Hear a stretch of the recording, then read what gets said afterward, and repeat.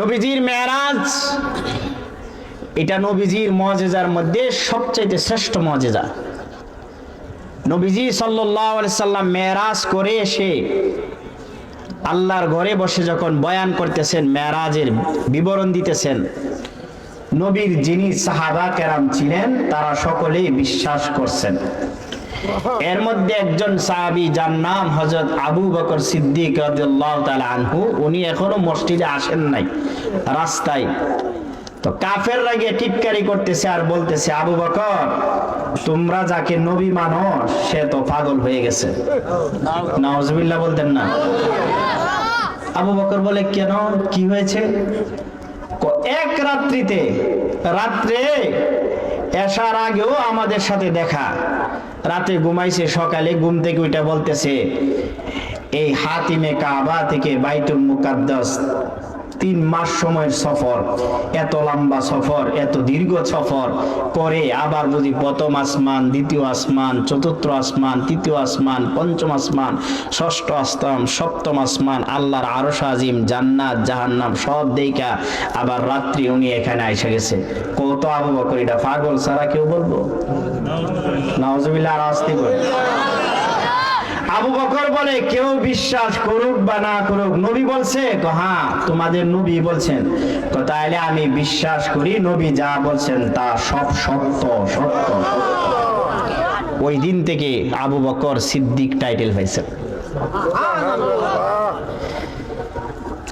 আবু বকর বলেন, রে কাফির বেঈমানের দল, আমার নবী মুহাম্মদুর রাসূলুল্লাহ সাল্লাল্লাহু আলাইহি ওয়াসাল্লাম যদি কথা বলে থাকেন, দুনিয়ার কেউ বিশ্বাস করুক বা না করুক, আমি আবু বকর বিশ্বাস করি নবীর জবান দ্বারা কোনোদিন মিথ্যা বের হতে পারে না।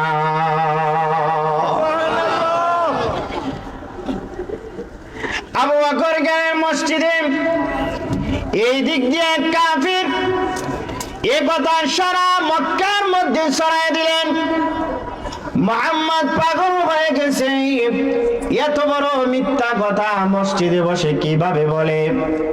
এই কথা বলে উনি বাজার থেকে বাজার করে নিয়ে যায়, মাছ তরকারি নিয়ে বাড়ির দিকে রওনা হয়। গিয়া বলে, বিবি গো তুমি জানোনি আব্দুল্লাহর ছেলে যে মুহাম্মদ, যাকে আমরা আলামিন বলে ডাকতাম, আজকে এমন একটা মিথ্যা বলেছে যেটা বিশ্বাস করা আমার পক্ষে সম্ভব না। বিবি ছিলেন নেককার, দিনদার, মনে মনে দিলে দিলে নবীর কালিমা পড়ে নিজে ইমানদার মুসলমান হয়ে গেছে। বিবি ডাক দিয়া বলে, কি হলো স্বামী? স্বামী ঘটনা বললেন। বিবি বললেন, তুমি যদি বিশ্বাস করো বা না করো, যাকে আমরা আলামিন টাইটেল দিয়েছি উনি কোনোদিন মিথ্যা বলতে পারে না। কেউ বিশ্বাস করুক বা না করুক, আমি মানি নবীর মেরাজ সত্য। আল্লাহ রাব্বুল আলামিন বোঝানোর জন্য কিতাবে সুন্দর একটা ওয়াকিয়া তুলে ধরেছেন। ওই লোকটা বিবির সামনে মাছ এবং তরকারি পেশ করছে, বলছে তুমি এগুলো রান্না করো, আমি গোসল করে ফ্রেশ হয়ে আসতেছি নদীর ঘাট থেকে, এসে খাবো। এ কথা বললে যুবক নদীর ঘাটে গেলেন গোসল করার জন্য। যে মাত্র নদীতে নামছে, গোসল করে যুবক যখন নদী থেকে উঠবে, তাকায় দেখে যুবক আর যুবক নয়, যুবক হয়ে গেছে যুবতী। যুবক হয়ে গেছে যুবতী, সব পরিবর্তন হয়ে গেছে। যুবক আশ্চর্য হয়ে গেল, কি ব্যাপার? একটা ডুব দিলাম মাত্র, পানির নিচে পরিবর্তন হয়ে গেল, লেডিস হয়ে গেছে। আসিল জেন্টস, এখন হয়েছে লেডিস। এখন যুবক আর লজ্জায় নদী থেকে উঠে না, কিছু বকাটি ছেড়ে তাকায় দেখে পানির ভিতর থেকে বুড় দিয়ে এমন একজন সুন্দর রূপসী বের হয়েছে, মনে হয় এটা জলপরি হবে, ফুলপুরি হবে। যুবকরা পাগল হয়ে গেছে মহিলার পিছনে ঘোরার জন্য, যেটা আমাদের যুবকরা কইরা অভ্যাস। মেয়ে দেখলেই তো টিটকারি মারে, আছে কিনা? আর জোরে গান আছে কিনা? গোসা হইলো বলুন। যুবকরা দেখলেই কফরে না চোখের পলক কি তোমার রূপের ঝলক, আছে না? দোহাই লাগে মুক্তি তোমার, একটু আসলে ডাকো, আই জ্ঞান হারাবো মরে যাব, বাঁচাতে পারবে না তো, বলেন নাউজুবিল্লাহ। মেয়ের জন্য জ্ঞান হারাইবো, মরেও যাবো গা। কোন মেয়ের জন্য যদি কেউ জ্ঞান হারায় মরে যায়, আত্মহত্যা করে, সে চিরস্থায়ী জাহান্নামী। মরতে হবে, জীবন দিতে হবে একমাত্র কার জন্য? আর কার জন্য? আল্লাহ কোরআনে বলেন,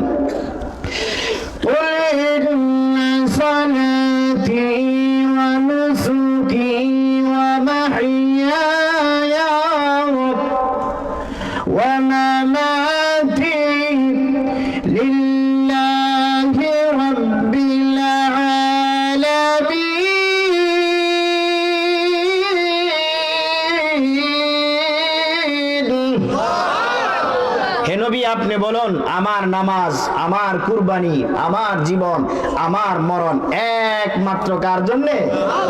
আর কার জন্যে? আল্লাহ বলে জান প্রাণ সমস্ত ইবাদত আমার জন্য। আর হে তোমার জন্য আমি মরে যাব, বাঁচাতে পারবে না তো। ময়রা দেখ ফিরা শুরু হয়েছে বোগা। হ্যাঁ, ময়রা দেন। কত যুবক মেয়ে দেখতে গিয়া রুট একবারে ট্রাকের নিচে। এই আজকেও 3 জনের মধ্যে গেছেন, এটা খাইতো, তা বুঝেননি? লাল পানি গেছে খাইতো, বুর রাইতে গেছে মোটরসাইকেল চালায়, 2 জন শেষ, বিদায়। বৈরবের ঘটনা, 2 জন শেষ, আরেকটা মরার পথে লটকায় আছে। নাউজুবিল্লাহ বলতেন না? লাল পানি গেছে খাইতো। ফজরের সময়টা নামাজ পড়ার কথা, মুয়াজ্জিন ডাকে, আসসালাতু খায়রুম মিনান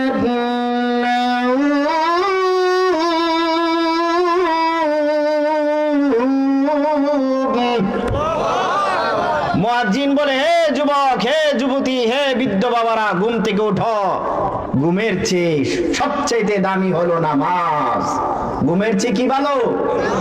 আর হ্যাঁ, ঘুম থেকে উঠে যা লাল পানি খাইতে হবে, আযাব আইতো না কিভাবে? সাবধান যুবক, তোমাদের পায়ে হাত রেখে বলি, এই যুবক, এই যৌবন, এই সম্পদ, এত সুন্দর দেহ আল্লাহ তাআলা তোমাকে বিনষ্ট করার জন্য, অপারে চলে যাওয়ার জন্য, অযথা মেয়েদের পিছে ঘুরে সময় নষ্ট করার জন্য, মদ গাঁজাকে নষ্ট করার জন্য আল্লাহ তোমাকে পাঠায় নাই। আল্লাহকে আমাদেরকে এগুলো জন্য পাঠাইছে। আল্লাহ কোরআনে বলেন, আফা'আসিবতুম আন্নামা খালাকনাকুম আবাসা,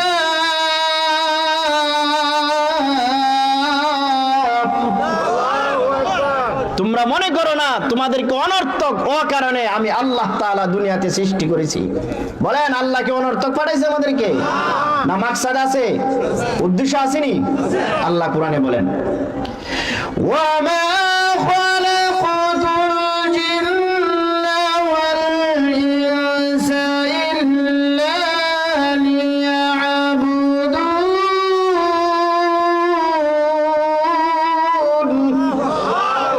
জিন এবং মানুষ আমি আল্লাহ তাদেরকে সৃষ্টি করেছি কেবল কার ইবাদতের জন্য? আর এই যুবক সাগরের পানিতে নামছে, গোসল করে কি হয়ে গেছে? বলেন কি হয়েছে? এর মধ্যে যুবকদের মধ্যে একটা তারে প্রেমের প্রস্তাব দিছে, প্রেম করে গিয়ে বিয়ে করে লিছে। বিয়া কইরা 10 বছর সংসার কইরা এই বেড়া 3 সন্তানের মা হইছে। ছেলে কি হইছে? ছেলে কি হইছে? কিছুদিন আগে দেখছেন না, বেড়া বুঝি ভিডিও হইতেছা, ভিডিও বেড়া হইতেছা। হাই হাই, কি শুরু হয়েছে দেশের মধ্যে। এজন্য আল্লাহ গজব দিছে কিনা? বলেন দিছে কিনা? আল্লাহর সৃষ্টি তোমাকে সৃষ্টির সেরা মানুষ বানাইছে, তুমি চাও বান্দর হইতা। আল্লাহ তোমারে পুরুষ বানাইছে, তুমি চাও মহিলা হইতা। আল্লাহ তোমারে মহিলা বানাইছে, তুমি চাও পুরুষ হইতা। আযাব তোদের উপরে আসবে না, আসবে কার উপরে? আল্লাহ দেখায় দিছে, আমার সৃষ্টি নিয়ে বাড়াবাড়ি করলে তোদেরকে দুনিয়াতেই আমি শেষ করে দিব। এখন তো আগুন জ্বলতেছে মনে করাই দিছে। সারা জীবন জ্বালাইছস মুসলমানদেরকে, জ্বালানোর জন্য বুম বানাইছস, জ্বালানোর জন্য জঙ্গি বিমান ভাড়া করেছস, জ্বালানোর জন্য অস্ত্র ভাড়া করেছস, জ্বালানোর জন্য সৈন্য ভাড়া করেছস। পৃথিবীর কেউ তাদেরকে থামাইতে পারে নাই, কিন্তু আল্লাহ আসমানি আগুন দিয়ে এখন এমন থামাইছে, এখন বাঁচার উপায় নাই। সাগর থেকে বিমান দিয়ে পানি নেই, এরপর আগুন নিবে না, কারণ এটা দুনিয়ার আগুন না, এটা আমার আল্লাহ জাহান্নামের আগুন জ্বালাইছে। এজন্য আল্লাহ ছাড় দে ছেড়ে দে, ছাড় দে ছেড়ে দে। এজন্যই তো বলে ওই মাহদির সৈন্যরা ঘরে যে উঠুক, শহীদি তামান্না বুকে নিয়ে, সুফিয়ান মতবাদ রুখতে হলে এখন থেকে তাকে তৈরি হয়ে আসবে মহাকাল, রুখতে হবে দাজ্জাল। জোরে কোন ঠিক কিনা? আজ বিশ্বের চারিদিকে মুমিন মরছে দুঃখে, একটু কি দিল দয়া হই না? ওরে কাপুরুষ ঘরে বসে ভাবছ হিসাব করছে, এখন কি সময় হলো না? মুমিনরা হয়ে যাবে মাজলুম, গজওয়ায়ে হিন্দ বাজাবে ঘুম, পদে পদে আসবে মুসিবত, চারিদিকে পড়বে পাপের দুম, মূর্খরা করবে সমাজ, উঠে যাবে এলে মোলা, আসতে কিয়ামত রুখতে মুসিবত, হাসছে আজান বিলাল, আসবে মহাকাল, রুখতে হবে দাজ্জাল। আল্লাহু আকবার বলেন।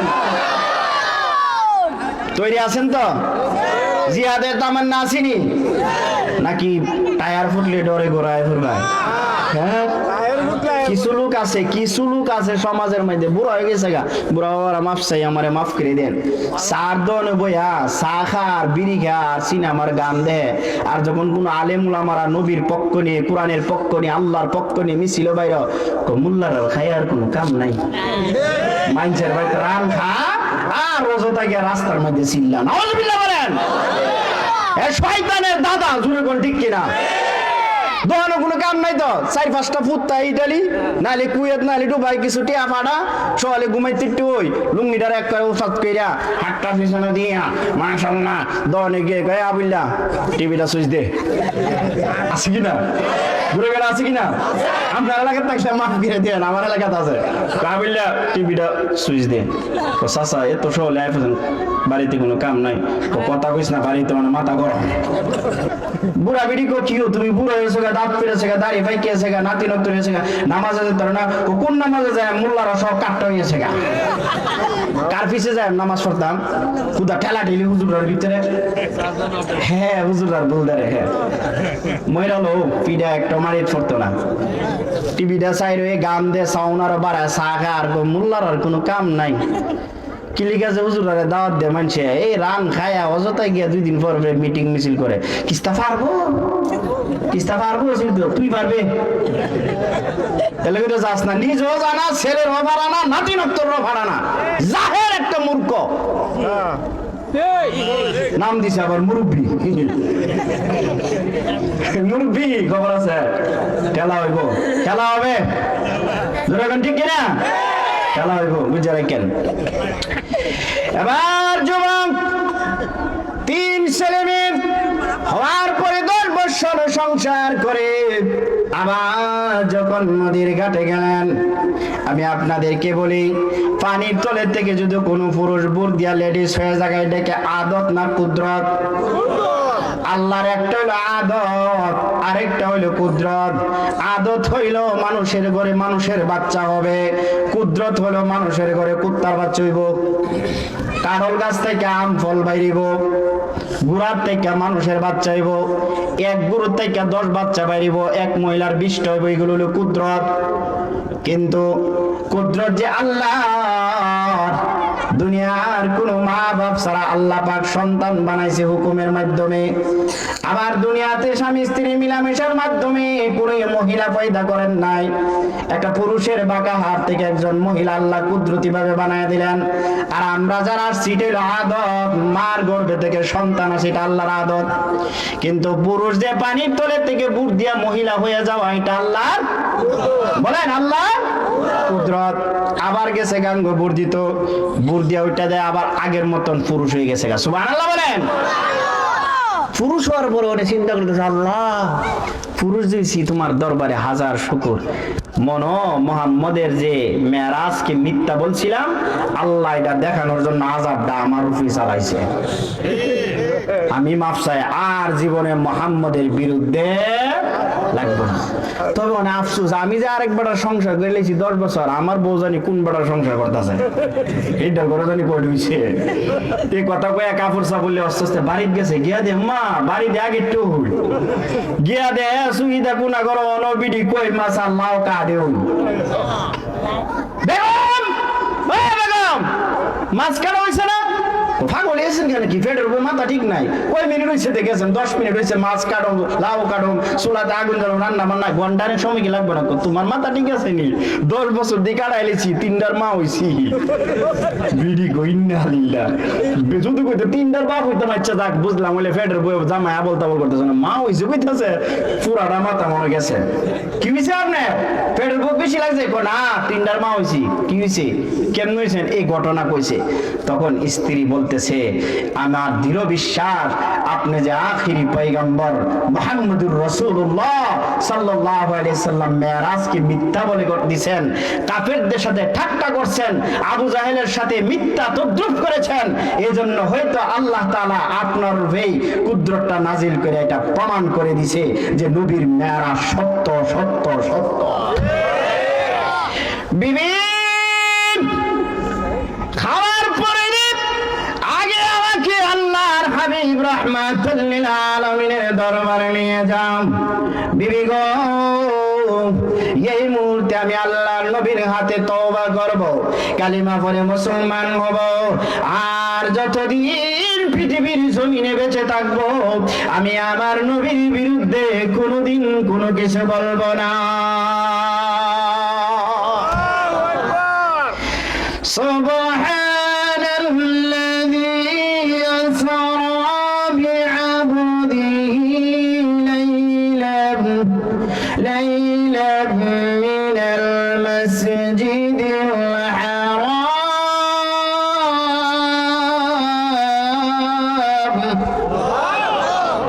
পবিত্র সেই সত্তা যিনি তার প্রিয় বন্ধুকে, প্রিয় হাবিবকে ভ্রমণ করিয়েছেন রাতের কিছু সময় মেরাজ।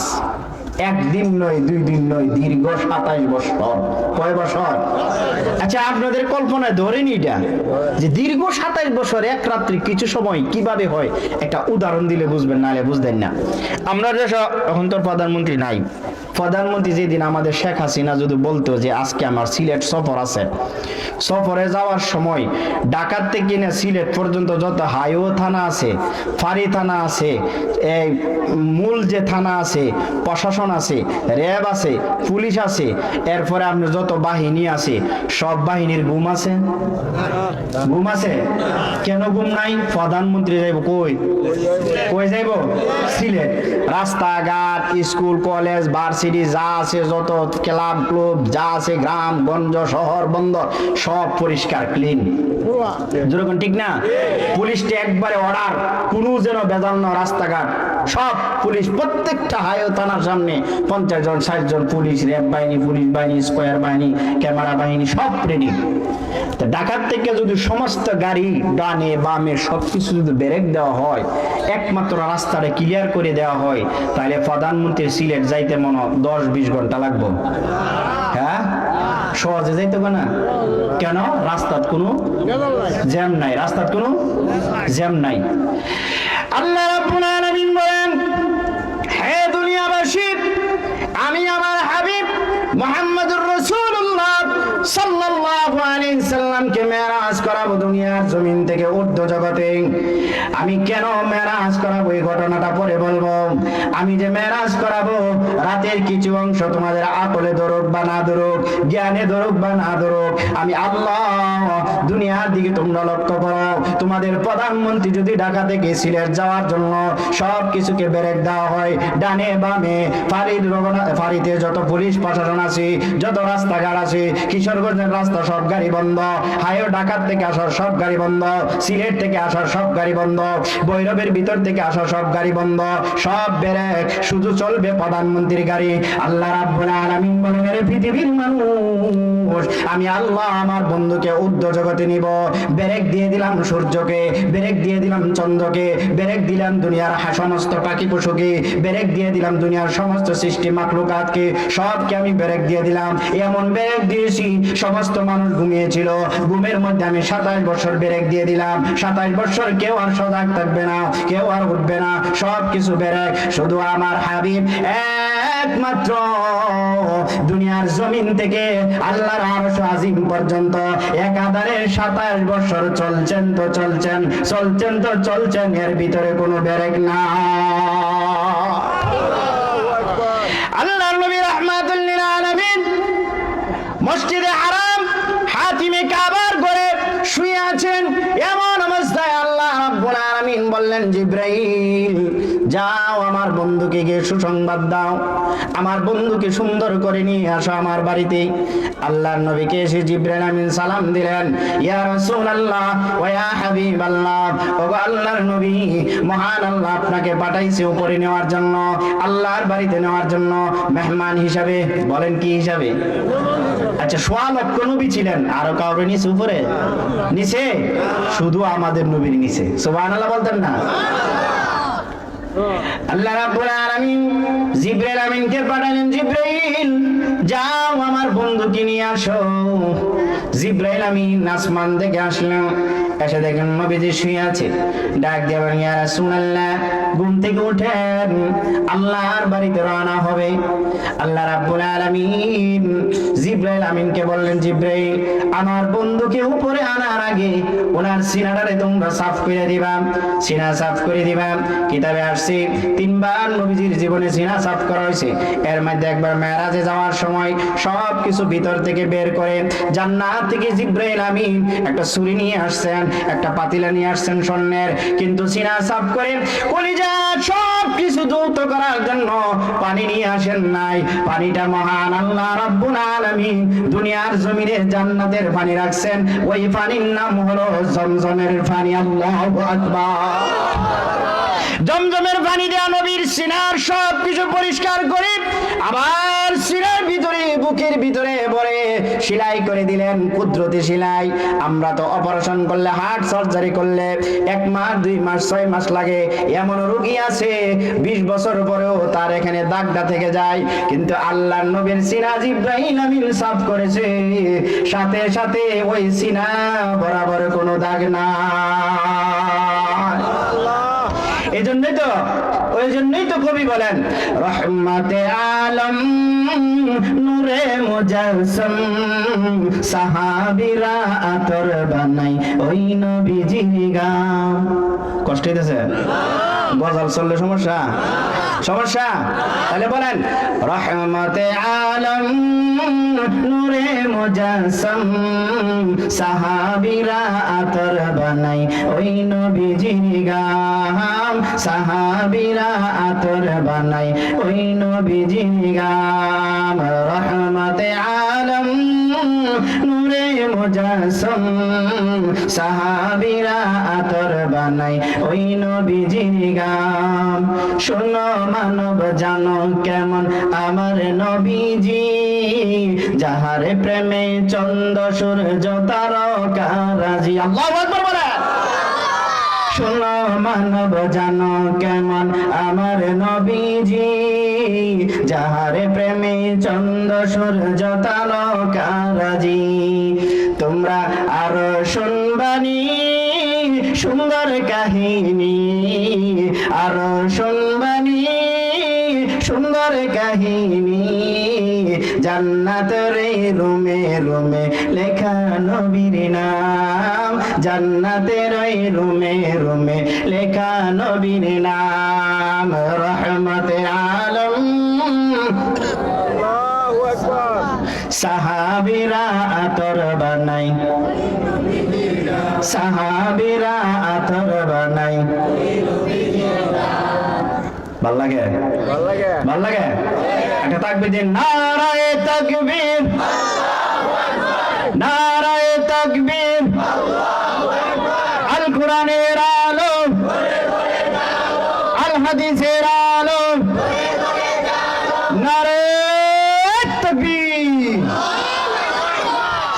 আল্লাহ রাব্বুল আলামিন এবার জিবরাইল আমিন সিনা সাফ করেছেন, জান্নাত থেকে একটা বিমান নিয়ে আসছেন, হেলিকপ্টার না, বিমান না, রকেট। রকেট এটার নাম কোরআনে আসছে বুরাক। এটা গাধার চেয়ে বড়, গাধার চেয়ে ছোট, খচ্চরের চেয়ে বড়, যার নাম বুরাক। সুবহানাল্লাহ বলেন। এই বুরাক পৃথিবীর জমিনে দ্বিতীয়বার আসবে না, একমাত্র আমার আপনার নবীর জন্য আল্লাহ পাক স্পেশাল ভাবে জান্নাত থেকে পাঠাইছেন। সুবহানাল্লাহ বলেন। এই বুরাক এত দামি বুরাক, এটার পাওয়ার কেমন, এটার পাওয়ার কেমন সংক্ষিপ্ত একটা উদাহরণ দিলে বুঝবেন। আমরা যে দেখি দিনে জিল্লি মারে বা বিজলি মারে দেখি না, এই আছে সেই নাই, তারা খেতে বাঘ নাই। দিনের বিজলি, দিনের বিজলি যেমন চমকা এমন চমকাবে নূরের মতন, আর গতি এখন দেখছে এখানে, ওইখানে দেখছে এখানে। মুফাসসিরিনে কেরাম বলেন একটা মানুষের চোখের পলক যত দূর যায়, বুরাকের এক কদম হইল তত দূর। জোরে বলেন আল্লাহু আকবার। এই বুরাকে আল্লাহর নবী উঠবেন, বুরাককে দেখে বলেন ইয়া রাসূলুল্লাহ ইয়া হাবিবাল্লাহ, গো নবীজি শুধু কি আজকে উঠবেন? নবী বলে হ্যাঁ আজকে তো উঠবো। না গো নবী না, ওয়াদা দেন জান্নাতের ভিতরে যখন আবার ভ্রমণ করবেন, জান্নাতের ভিতরে আর কোন সওয়ারি নিবেন না। ওয়াদা দেন আপনি আমাকে গ্রহণ করবেন, একদিনের কিছু সময় আপনাকে গ্রহণ করে আমার দিল ভরে না। নবী গো ওয়াদা দেন জান্নাতের ভিতরে আমি বুরাককে গ্রহণ করবেন। বুরাককে ওয়াদা দিল আল্লাহ নবী। বুরাক আবার খুশি, একটানে নিয়ে গেলেন বাইতুল মুকাদ্দাসে। বাইতুল মুকাদ্দাসে যাবার পথে এখানে অসংখ্য গণিত ঘটনা। আল্লাহ যে বলেছেন লিনুরিয়াহু মিন আয়াতিনা বারাকনা হাওলাহু লিনুরিয়াহু মিন আয়াতিনা। বাইতুল মুকাদ্দাসের চতুর্পাশে আল্লাহর রহমত বরকত দ্বারা ভরপুর। এখানে আলোচনা করলে কয়েক ঘন্টা সময় লেগে যাবে। হুজুর এসে গেছে, শুধু এতটুকু বলি আল্লাহর নবী বাইতুল মুকাদ্দাসে গেছেন, ওইখানে গিয়া দেখে ১০০ লক্ষ পয়গম্বর উপস্থিত। বলেন আল্লাহু আকবার। আল্লাহ রাব্বুল আলামিন বলেন হে জিবরাইল আযান দাও, ১০০ লক্ষ নবীদেরকে নিয়ে বিশাল এক জামাতের মাধ্যমে এখানে নামাজ হবে, আযান দাও। জিবরাইল আমিন আযান দিতে শুরু করলেন। জিবরাইলের আযান কি মনে বুঝেন? আল্লাহু আকবার, আল্লাহু আকবার, আল্লাহু আকবার, আল্লাহু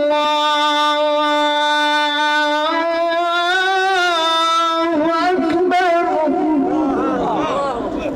আশহাদু আন লা ইলাহা ইল্লাল্লাহ।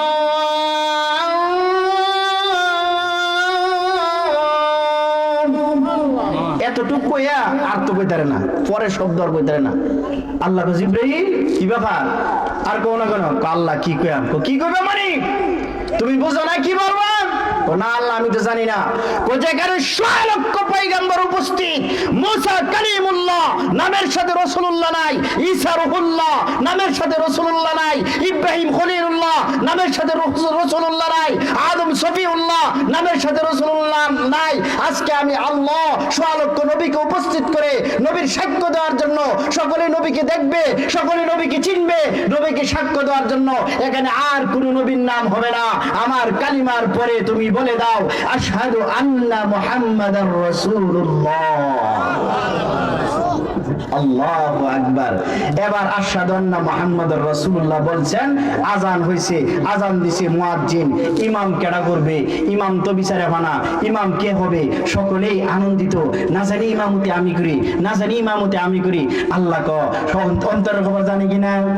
আল্লাহ জানে কিনা? তো তোমরা না জানি বলতে থাকো। ইমাম আমি আল্লাহ বানায় রাখছি, ইমাম হলেন আমার নবী মুহাম্মদুর রাসূলুল্লাহ। হুজুর আল্লাহ অর্ডার দিয়েছে, আজকে বাইতুল মুকাদ্দাসে 100 লক্ষ নবীদের ইমাম আর কেহ নাই গো নবী। নবী গো, আল্লাহ আপনাকে মেহমান বানায় নিয়ে আসছেন, আজকের ইমামতি আল্লাহ আপনাকে দিয়েছেন।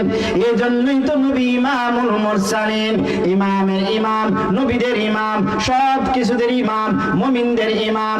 আল্লাহ রাব্বুল আলামিন বলছেন আপনি ইমামতি করেন। ইমামতি শেষ করেছে, ইমামতি শেষ করে এখানে আর অনেক ঘটনা রয়ে গেছে, শেষ করে দিবে 2 মিনিটের ভিতরে। ইমামতি শেষ করে আল্লাহ রাব্বুল আলামিন জিবরাইলকে বললেন, যাও জিবরাইল উপরে উঠতে থাকো। প্রথম আসমানে গেলেন, দ্বিতীয় আসমানে গেলেন, তৃতীয় আসমানে গেলেন, চতুর্থ আসমানে গেলেন, পঞ্চমে গেলেন, ষষ্ঠ গেলেন, সপ্তম গেলেন। সপ্তম আসমানে গিয়া দেখে বাইতুল মামুর এখানে হেলান দিয়ে বসে আছে জাতির পিতা ইব্রাহিম খলিলুল্লাহ। আল্লাহু আকবার বলেন। জাতির পিতা ইব্রাহিম খলিলুল্লাহ। আমরা তো মাশাআল্লাহ জাতির পিতা শেষ শেষ না? জাতির পিতাকে আরো জোরে কোন? মিল্লাতা বিকুম ইব্রাহিম হুয়া সাম্মাকুমুল মুসলিমিন।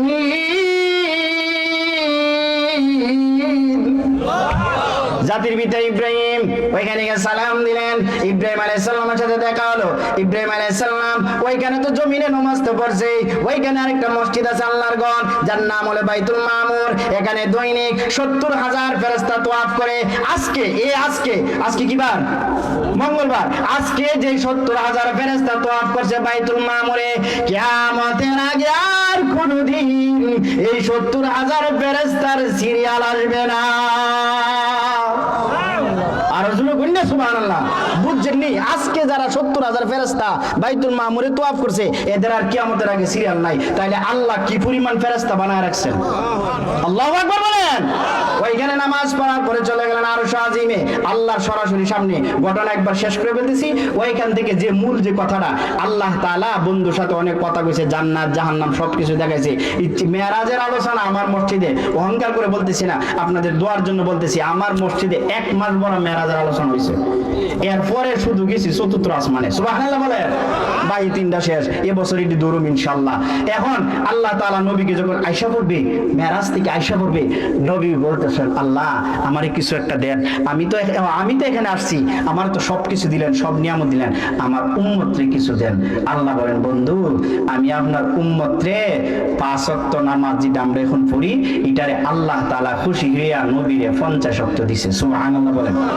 তো নবী বন্ধুরে ভালোবাসছে। আমরা তো অনেক সময় বন্ধুর বাড়ি যাইলে খুশি হয়, যদি কাডলের পূজাটাও দিলা, এটা আর কই না কষ্ট লাগবে। এরপর বন্ধুর খাতিরে পূজাটা লইয়া ফুরি এন যাইতে না, বুঝা যায় আদর্শ ওরা বাইঙ্গার রেল স্টেশন কি কষ্ট যে পূজা। আল্লাহ নবী বলছেন, আল্লাহ আমার এত সম্মান দিছে, আমার উম্মতরে খুশি হইয়া 50 ওয়াক্ত দিছে, যা কি তার বুঝছেন উনি 50 ওয়াক্ত লইয়া আয় পড়ছে। 4th আসমানে যখন আইছে মুসা আলাইহিস সালামের সাথে দেখা, মুসা আলাইহিস সালাম কি ব্যাপার, এত খুশি কি ব্যাপার, কি পাইছেন, আল্লাহ কি দিছে বলেন না?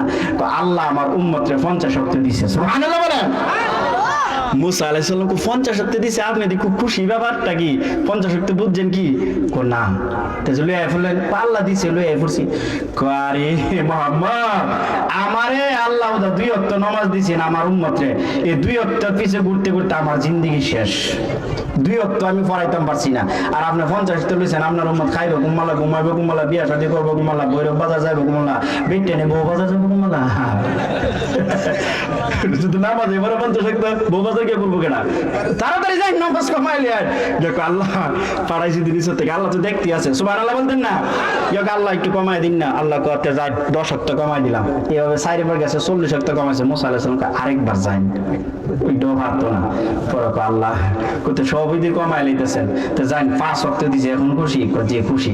তবে আরেকটা সুসংবাদ নিয়ে যান, আপনার গুনাহগার উম্মত যদি 5 ওয়াক্ত নামাজ গুরুত্ব সহকারে ইহতিমামের সহিত আমি আল্লাহকে খুশি করার জন্য আদায় করে, বন্ধু আপনার খুশির জন্য আপনার উম্মতের শ্রেষ্ঠতম মর্যাদা আমি দান করলাম, আপনার উম্মতকে জানায় দেন দুনিয়ার মধ্যে তারা যদি 5 ওয়াক্ত নামাজ আদায় করে মসজিদে জামাতের সহিত, আমি আল্লাহ তাআলা 50 ওয়াক্তর নেকি লিখে দিব। তাইলে 5 ওয়াক্ত নামাজ পড়তেন না কারা কারা? একটু হাত তুলে দেন আল্লাহরে। পড়েন পড়েন, কয় ওয়াক্ত? 5 ওয়াক্ত পড়েন, নামাজ পড়বো। এখন দেন আল্লাহ নবী কি বলে, প্রভু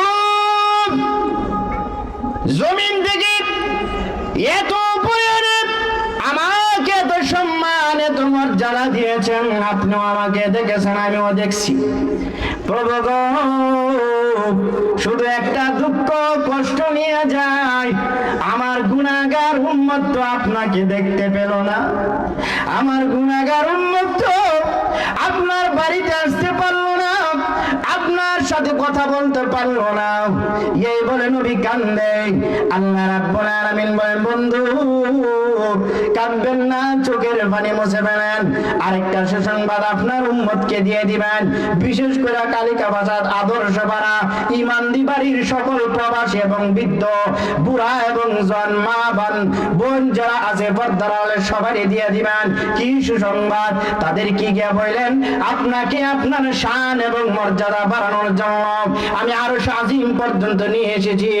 আর আপনার গুনাহগার উম্মত যদি 5 ওয়াক্ত নামাজ মসজিদে আদায় করে, আমি আল্লাহ রাব্বুল আলামিন মসজিদে এসে তাদের সাথে মেরাজ করব।